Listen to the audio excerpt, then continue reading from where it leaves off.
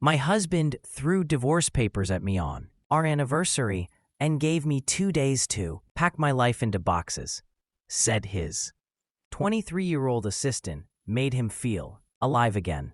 I left without begging. 6 months later, he showed up at my door. Broken and desperate, but karma, she had other plans. Before we dive into this story, do me a favor, hit that subscribe button and turn on notifications because you're not going to want to miss how this unfolds. And trust me, this gets good. Let's get into it. So let me take you back to the worst day of my life. March 15th, our 12th anniversary. Angela and I was 38 years old, driving home with a gift bag in my passenger seat and this stupid grin on my face. I'd bought Kevin this vintage watch he'd been eyeing for months. Expensive, but I didn't care. 12 years deserved. Celebrating, right? I walked into our house, our beautiful house that I'd spent years making into a home, and immediately felt something was off. The lights were all on, but the place felt cold, empty. Kevin was sitting at our dining table, the one we'd picked out together at that antique store in Charleston. But there was no candles, no wine, no smile on his face. Just a manila folder sitting in front of him. I remember laughing nervously, asking if he'd forgotten what day it was. He looked at me with these dead eyes that used to light up when I walked into a room, and he said, I know exactly what day it is. That's why I'm doing this now. He slid the folder across the table, divorce papers already signed on his end. And then came the words that shattered my entire world. You have 48 hours to pack your things and leave. I need you out by Friday. I couldn't breathe. I literally couldn't breathe. I asked him if this was some kind of sick joke, and that's when he told me her name was Brittany, 23 years old, his new assistant, and apparently she made him feel alive again in ways I never could. He said it just like that, cold, clinical, like he was firing an employee, not ending a 12-year marriage. He told me he'd already found an apartment for them, already moved some of his stuff out. This wasn't a cry for help or a moment of weakness. This was calculated, planned, final. I stood there in my work clothes holding that stupid gift bag, and I felt like the floor was crumbling beneath my feet. I wanted to scream, to beg, to ask him what happened to us, but you know what? I didn't. I just nodded, walked to our bedroom, and closed the door. That night, while he slept in the guest room, I lay in our bed staring at the ceiling, replaying our entire relationship like a movie. We met in college. I was 26, working 2 jobs while finishing my degree. He was 29 with big dreams about starting his own consulting firm, but no money to make it happen. I believed in him, God. I believed in him so much. I put my own dreams on hold, dropped out of nursing school to work full-time so I could support us both. I put him through business school, worked overtime to fund his startup, ate ramen for dinner so he could take clients out for steaks. And when his business finally took off, when the money finally started coming in, I was so proud, so happy for us. We tried for years to have a baby, years of negative tests, failed treatments, and doctors telling us it might never happen. It broke something between us. He never said it was my fault, but I felt it in the way he looked at me, like I was incomplete, like I'd failed at the one thing women are supposed to do naturally. Over the past year, he'd grown distant, working late, new cologne, suddenly caring about the gym. I noticed everything but convinced myself I was being paranoid, that he was just stressed, that we were just in a rough patch. Every marriage has them. Right? Wrong. Those 48 hours were the longest of my life. Kevin stayed in the house walking around like I was already gone. At one point, his mother called. I thought maybe she'd talk sense into him, but instead she told me I should have tried harder to keep myself up, said maybe if I'd lost weight or dressed better, her son wouldn't have strayed. I hung up on her.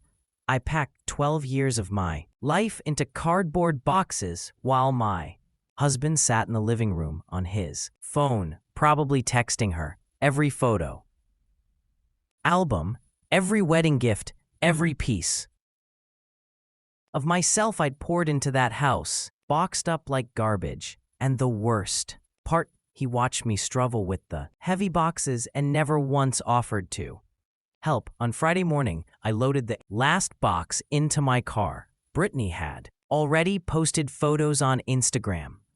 Her and Kevin at some fancy restaurant, his arm around her waist, both of them smiling like they'd won the lottery. People were already commenting, congratulating them like I didn't exist, like our marriage meant nothing. I handed Kevin the house keys and he didn't even look me in the eye, just took them and closed the door. 12 years. Gone in 48 hours. I moved into a tiny, one-bedroom apartment across town, the kind of place with thin walls and flickering hallway lights. I'd gone from a 4-bedroom house with a garden to 400 square feet of depression. I called in sick to work for a week because I couldn't stop crying, couldn't eat, couldn't sleep, just sat on my air mattress, scrolling through social media, torturing myself with their perfect new life. Kevin looked so happy, so free, like he'd been released from prison, and Brittany, she was posting everything. Designer bags he bought her, weekend trips to Miami, champagne, brunches. Meanwhile, I was discovering that Kevin had drained our joint savings account and maxed out our credit cards. I had nothing, less than nothing. My best friend, Monique, finally staged an intervention. She showed up at my apartment, took one look at me, and said, "Enough. You gave that man everything. Now you're going to give yourself something." She wasn't gentle about it, told me I needed therapy, told me I needed to stop watching his life fall apart or come together or whatever it was doing. Told me the best thing I could do was block him on everything and pretend he didn't exist. And she was right. I made an appointment with a therapist who helped me understand that I'd made Kevin my entire identity, that I'd given up nursing school, my hobbies, my friends, everything that made me me, to become his support system. She asked me a question that changed everything. Who is Angela without Kevin? I didn't have an answer, and that terrified me, so I decided to find out. I enrolled back in nursing school to finish my degree, started running every morning, not to lose weight for anyone else, but because it cleared my head, picked up painting again, something I'd loved in college but abandoned. I deleted all my social media apps, blocked Kevin's number, cut off every single connection to my old life. It was hard. God, it was so hard. There were days I wanted to, that maybe if he saw me improving, he'd realize his mistake. But Monique would remind me, "You're not doing this for him. You're doing this for you." Months passed. I threw myself into school, made new friends in my classes, and landed a job at one of the best hospitals in the city. I bought myself a new car. Nothing fancy, but it was mine. Took a solo vacation to Savannah and didn't think about Kevin once. Well, maybe once, but just once. I started to feel like myself. Again, not the girl who met Kevin in college, and definitely not the woman who bent herself into a pretzel trying to keep him happy. A new version of me, stronger, clearer, free. Meanwhile, through mutual friends who couldn't help themselves, I started hearing things. Brittany wasn't the innocent young thing Kevin thought she was. She had expensive taste, really expensive designer, everything, first-class flights, 5-star hotels, and Kevin was footing the bill for all of it, trying to keep up with her lifestyle. his business started struggling. Turns out I'd been doing a lot more behind the scenes than he realized. Managing finances, organizing schedules, smoothing over client issues. Without me, things were falling apart. Then Brittany got caught texting other men. Kevin forgave her, of course. Probably couldn't admit he'd blown up his life for someone who didn't actually love him. By month 5, she'd left him, found some tech executive with deeper pockets and a better portfolio. Just walked out on Kevin the same way he'd walked out on me. Poetic, really. His social media went dark. Friends said he'd gained weight, looked exhausted all the time. The business officially filed for bankruptcy. He had to move back in with his mother, the same mother who'd blamed me for everything, and apparently she'd changed her tune too. Started telling people she never liked Brittany, that she'd always known I was the one.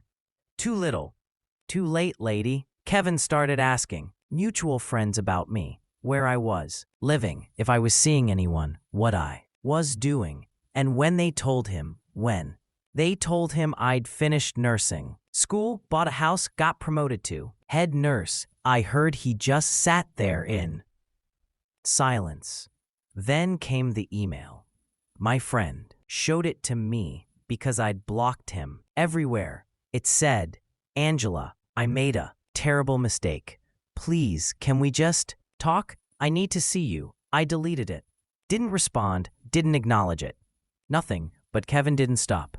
He showed up at my workplace one afternoon, looking nothing like the confident man who'd handed me those divorce papers. He looked broken, desperate. Security escorted him out, and I requested a formal no-contact order. He sent flowers to my house, letters through the mail, all of them saying the same thing. He was sorry. He'd made a mistake.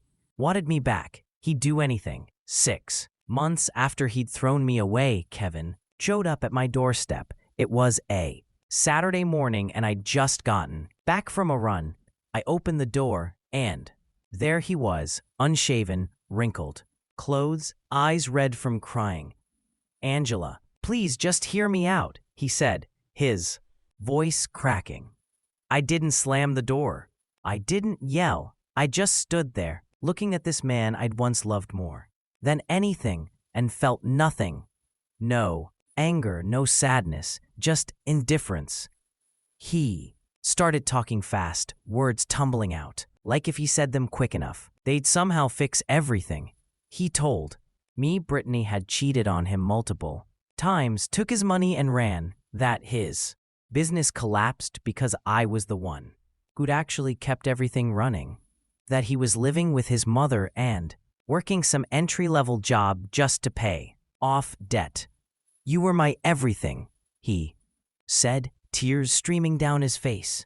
I was an idiot. I threw away the only real thing I ever had. Please, I'll go to therapy. I'll sign whatever you want. Just give me another chance. I let him finish, let him get it all out, and then I spoke calm and clear. Kevin, you didn't just break my heart. You disrespected 12 years of partnership. You threw me away like I was garbage the moment you thought you found something better. You watched me pack up my life in 2 days and didn't feel a thing. He tried to interrupt, but I held up my hand. I'm not angry anymore. I've actually forgiven you, but not for us. For me, because holding on to that anger was poisoning me. But forgiveness doesn't mean reconciliation. You showed me exactly who you are, and I believe you. We're done forever. He broke down completely, begging, but I just shook my head. You need to leave. Now, as he turned to walk away, another car pulled up. Lawrence, this wonderful man I'd met in nursing school. He's a physical therapist, kind, funny, emotionally available. Everything Kevin never was. We've been taking things slow, building an actual friendship first. Lawrence walked up with coffee and greeted me with that warm smile that Makes my heart do little flips. Kevin. Saw it, saw the way I lit up, saw that I wasn't just surviving without him. I was thriving. The look on Kevin's face was something I'll never forget. Pure devastation.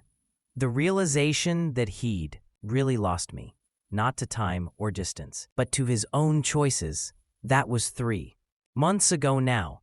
Kevin's still struggling. Last I heard, working his way back up. From rock bottom, his mother actually reached out to apologize and we get coffee sometimes. She admitted she was wrong about everything. Brittany married that tech guy after 3 months. Already divorced.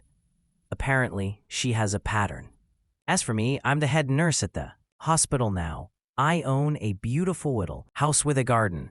Lawrence and I are still taking things slow, but it feels right, real, built on mutual respect and genuine affection. I don't hate Kevin anymore. Honestly, I don't feel much of it, anything toward him. And that's the real freedom, the real power, understanding that his loss wasn't my failure. It was my release. Sometimes the trash takes itself out, and sometimes when someone shows you who they really are, the best thing you can do is thank them for freeing you to become who you were always meant to be. So that's my story. If this resonated with you, or if you've been through something similar, drop a comment below. Let's support each other. And listen, if you enjoyed this video, smash that like button, subscribe if you haven't already, and share this with someone who needs to hear that they are enough with or without that person who walked away. You deserve better, and trust me, better is coming. I'll see you in the next one. Stay strong, sis.